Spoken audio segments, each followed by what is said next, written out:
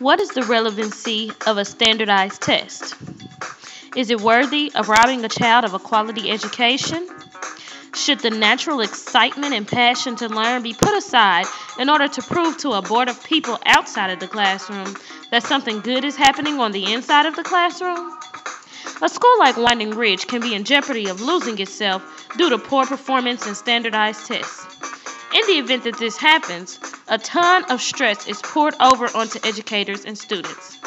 How can they teach and learn effectively with the weight of a test on their backs? They can't.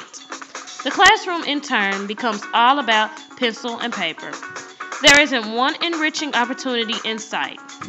The students are bored, the teachers are worried, and at some point, the quality information of math and science and reading is non-existent. The children are learning more about how to take a test than they are about wondrous discoveries that exist deep within good quality education.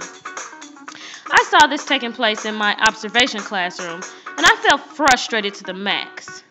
I'm in college learning about all these great concepts of teaching effectively, and yet I was watching education happen in the exact opposite way, all because of a test. So I started thinking, yes, tests are important because assessment is necessary. But I think that standardized tests, however, may not always be the most accurate and best way to assess.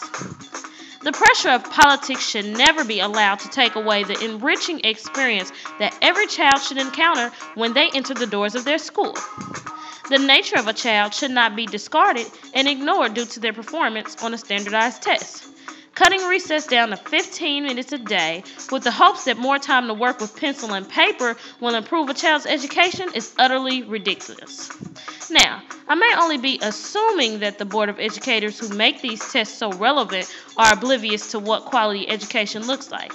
Maybe I'm biased to the issue of using standardized testing because the experience was stressful for me as a child. The test writers and policymakers might know more about education than I do.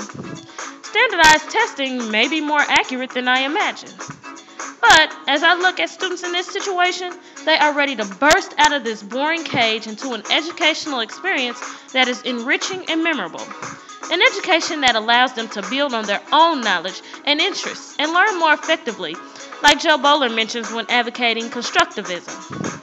I'd have to agree with Sandy Kress, an advisor for Pearson's academic test publishing company, when she says that focusing too much on the test scores alone will in the end cheat students out of the kind of quality education that sometimes can't be measured by standardized tests. In the future, these students will not succeed in life based on their I-STEP score, but instead on the substance of what they actually learn and carry with them.